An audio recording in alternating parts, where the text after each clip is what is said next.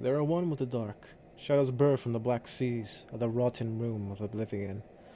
Wandered far they had at the behest of those who had laid witness to the greater depravity, to Lord Father Moon. No name was he beholden, for he still too close to his inner heart, too fraught with the desire to make new holes to defile and run cedar across, too ready to burrow and scalp, one ready for the coal. Thus did he and many of his ramparts went out to the far of colds, where their mind and bodies were known to be drawn to a slither from the accursed vanity. A trail, one to be proved that he was to be named, to not be one of the retarded, to not be disregarded by the Father, he who shall break the world once again. His compatriots were of the same avenue, those who had no name behest, no mantle or duty beyond to ride and partake in their festivities. Eternal necessity.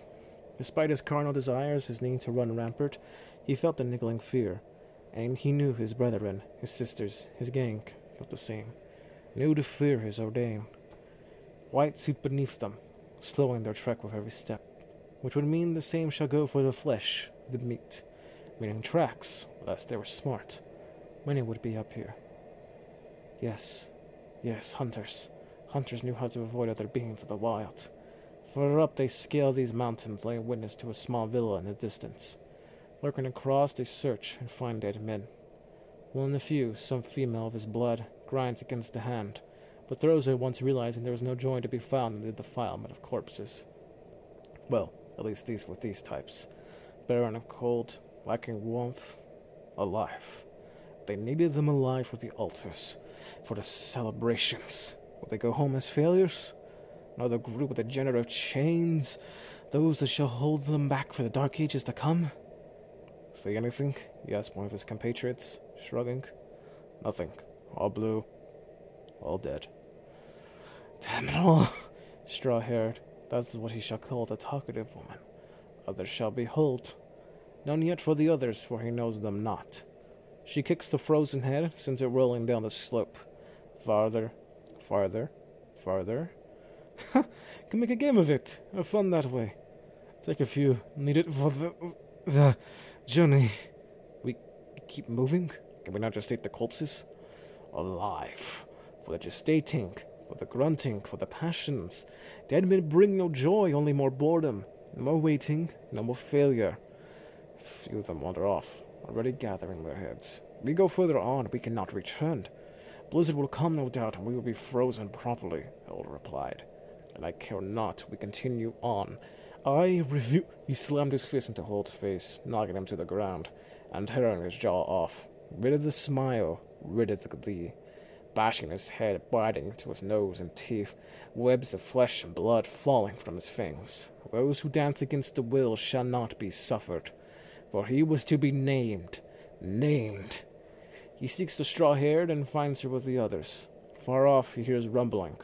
Blue light or howling mountains.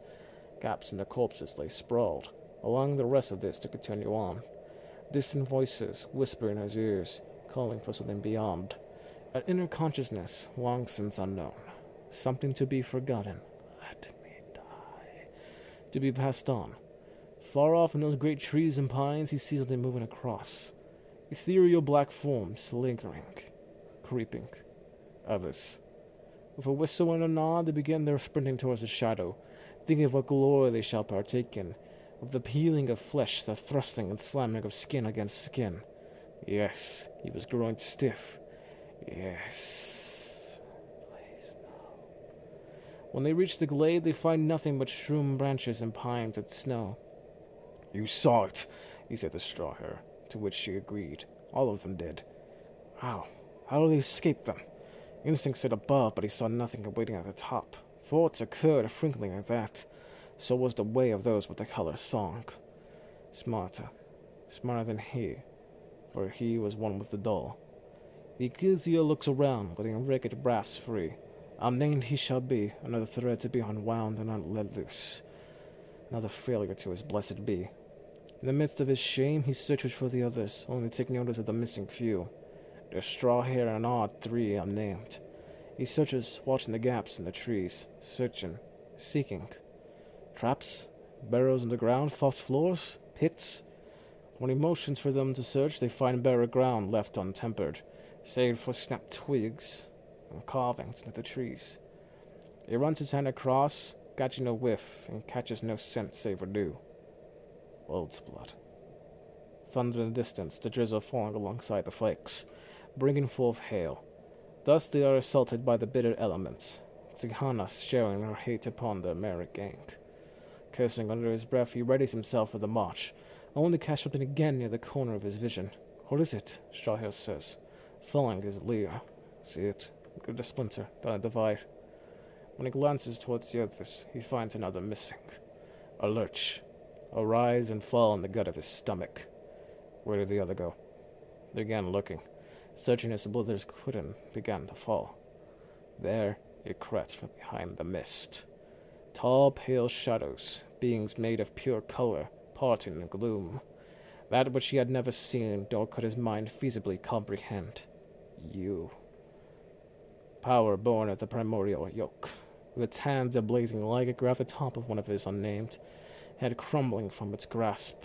However, with a thin line of light, it swung and parted the neck. Blood guzzled and spilled onto the snow. Strawhair leapt towards them, bringing her blade down upon its shoulder. Blade of luminescence and was rent to ash. Corporeal sword struck her breastplate, the very foundation of its form cracking, hues of color flowing through her like the flesh's veins. Her upper torso fell upon the snow, not a droplet, not a stain. He stared at these beings, these forces from the beyond. Hundreds, thousands of little flames coming, igniting not a single leaf nor branch. Shivering, cold, always cold. Flee, and fled he did, fleeing into the plains over yonder, leaving their coos and giggles behind him, towards the world of safety, to what laid beyond. What's up, motherfuckers? You get that reference, but with respect out to you, yeah. Hey, it's AJP here. Here with this new mic and the same shitty video quality, just the highest quality content here. I think it adds a bit of charm. I think it does because it looks low effort, which I am. But yeah, if you're wondering, what the fuck is this? What did you put in my feed? Because it just sounds like bullshit erotica. It's bullshit, creepy, vile erotica. Well, first off, it's not erotica. It's narrative with erotic elements, but it's not erotica, but definitely has sex scenes in it. But another uncomfortable scenes. But this is my book, Anarchy, and that's a hell of a fucking introduction to that, isn't it? It is a work I have been working on since I was super fucking young. But no, I didn't write this shit when I was young. This shit's been in the process of being worked on for fucking forever, and I'm finally fucking making progress on it. Yeah, and that's one of the main reasons why I'm doing this. It's that I'm almost near the end of the first fucking book, and that just leaves me like, wow, I'm actually making progress. I never thought I would ever actually get this series on the go down, and it's making me kind of dreading what I'm gonna have to write later down the line. But it's just, I've been envisioning this story for forever, and this excerpt's actually from, guess what? It's not a prologue. It's from the 15th fucking chapter of the book, and I wasn't expecting to write more than fucking 6 this year. I have been going farther and farther and farther and actually getting the book done, and I'm very happy and excited for that. And I thought, why not, well, start it off with a bit of an audio narration bit. I only real people that know that I've been doing this is my mom, and she's one of the few people that actually read some excerpts from it. Not this excerpt because I'm not fucking letting her read this shit. As well as some other family members, as well as my friends on Discord, and they've been introduced to it. I've discussed it a bit, and they're honestly helping me out. They're my beta readers, which honestly does work because I'm also gonna give shout outs in here.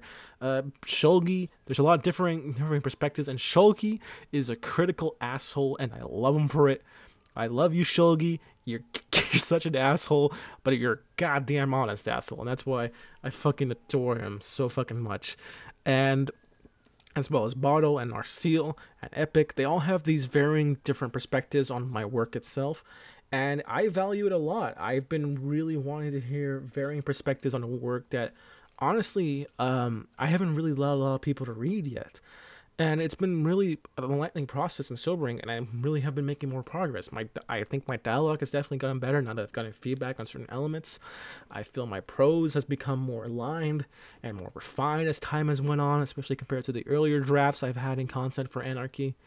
And it's been a fun journey for surprisingly. It definitely does feel at times I'm doing this more so out of necessity to actually do it sometimes. Like I definitely have days where I just can't fucking write anything. But overall, I've been making some headstrong progress, and I'm so fucking happy for it. And I thought celebrating shit with an audio narration of one of the chapters I think is one of the best portions I've written for Anarchy. And, well, here it is. And I definitely want to hear some people's thoughts on it. Now, obviously, this is very, very graphic and very dark, and I definitely will add in the beginning of the video a graphic warning description because just even, I think even the mention for some people of necrophilia and rape and as well as running seed across and the description of those fucking things are a bit too graphic for some people. So don't worry, there's gonna be I'm gonna be sure to put a graphic warning description in the front.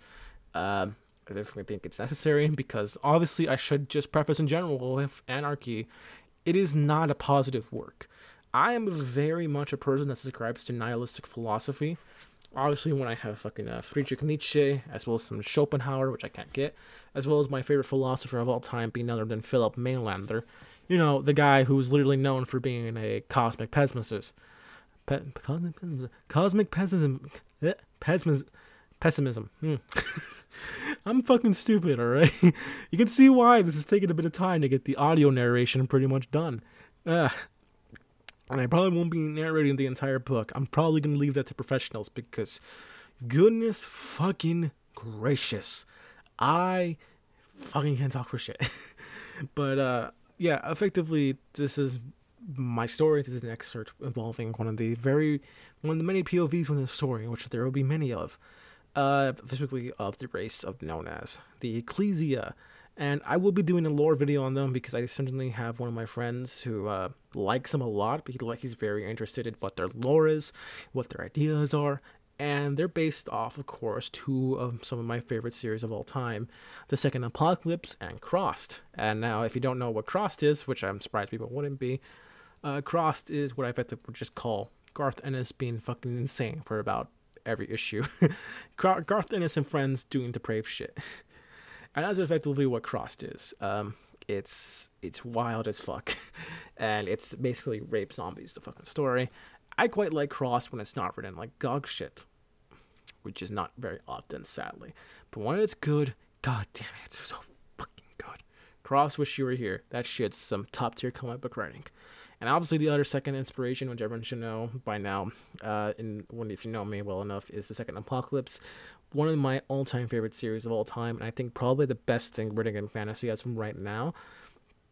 Sure as shit better than First Law, but we're going to move along from that. But it's such a inspirational work, and I definitely fucking love Baker. And in fact, I think I'm probably going to have to subscribe to him and say that he is one of my biggest inspirations for why I'm going back into writing besides Goblin Slayer. Kumo Gakyo is one of my other inspirations, obviously one of the descriptions and reasons as to why I've been fascinated with writing ever since again. I've adored getting back into writing. I love writing now. I was going through a bit of a dead spell for a bit, but Jesus fucking Christ, reading all these fantastic stories with such great thematic elements, some actual connection of themes and ideas, making me actually think more, ponder more on my own life, my situation, actually recontextually my life. It's been amazing. I love. It's been. I feel as if I've been rejuvenated a bit. And it's definitely made me want to write more. It's definitely made me want to read more. And I feel as if I definitely have been having more of a need to move forward, essentially. And Anarchy is my passion project. It's a series I've been doing for years, and I'm glad to finally have a vision that's coherent. That's not a bunch of me just rambling and saying shit. I'm having a vision, a story, themes, and ideas to explore, and a discussion on humanity, my critique of humanity, exploring all the philosophies of the world in one way or another, because I fucking love seeing all these clashing philosophies and ideas from ancient history. I just want to really explore everything within humanity. And if I were to pitch Anarchy from you beyond just this narration, I would have to say this. Anarchy is effectively my it's the exploration of humanity from every perspective. It's a narrative, an epic fantasy story with grim, dark elements that's going to explore every depravity and every virtue of humanity and seeing how these ideas just sort of clash together.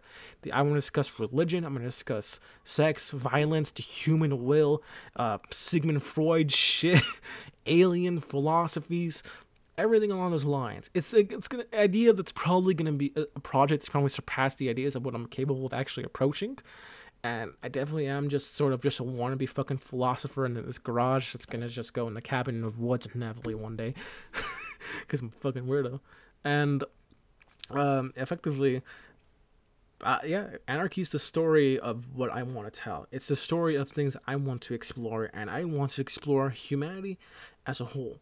I want to explore every fucked concept and every virtuous concept. And I won't be giving an official synopsis in this because it's just a video for audio narration, but I hope this does actually get you intrigued into Anarchy and makes you want to see more of my story. I certainly hope that I at least intrigued you guys, and if it's warned you off, I'm really fine with that. If it's too violent or graphic, I don't really mind. Anarchy isn't a story that I necessarily want to see succeed. I wanted it to be told. That is what I want to do. It is my artistic vision. It's the story I want. I don't care about being held back. I don't care about really being politically correct or anything.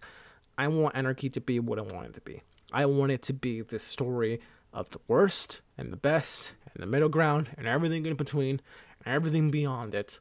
I want to explore these ideas. And maybe I'm not smart enough. Maybe I'm not mature enough. I don't really care. This is the story I want to tell. And I'm going to probably do more audio narrations when I see chapters I think are good enough to be audio narrated. I'm having a friend as well discuss this with. I'm so glad to have met so many people and see so many people actually discuss my story and be fucking honest for once without wearing a mask or anything along those lines. So I just have to say thank you guys. Shout out to Bottle, shout out to Epic, shout out to Narciel, and shout out for pretty much everyone out there that's been helping me with this story. You guys are fucking awesome, especially how much you guys helped me discuss the philosophy and discussing ideas, recontextualize things. It's been fun. It's been fun talking with you guys quite a bit, and it's nice to have such a group of friends that are willing to be perfectly honest with me without holding anything back, and willing to be as much of a big of an asshole as I am. You fucking know who you are, Shulgi. You're as big of an asshole as I am. And yeah, no, I shouldn't say that's joking. That's insulting to Shulgi. He's not as bad as me. But yeah, this is the story I want to tell, guys. And if you have any further questions, if you want to know any more about the world, I recommend leaving a comment in the comment section below, and I'll try to get into that. I'm very talkative. Typically, when I'm not like busy with school and work, that's another reason why Anarchy's been taking so long. It's because of that. But yeah. I hope to get it done, and I'll be discussing sort of the process. I'll be making videos on lore, I'll be making videos on character concepts, be making discussions on all the various avenues and natures of the world, sort of the philosophies that inspired me, the authors that inspired me, and the shows that inspired me, the books, the movies, everything along those fucking lines. And that should be coming out in the future. Hey, if you guys have any, again, further questions, just leave them in the comment section below. I'll talk to you guys later. This is AJP signing out, and, well, welcome to my world.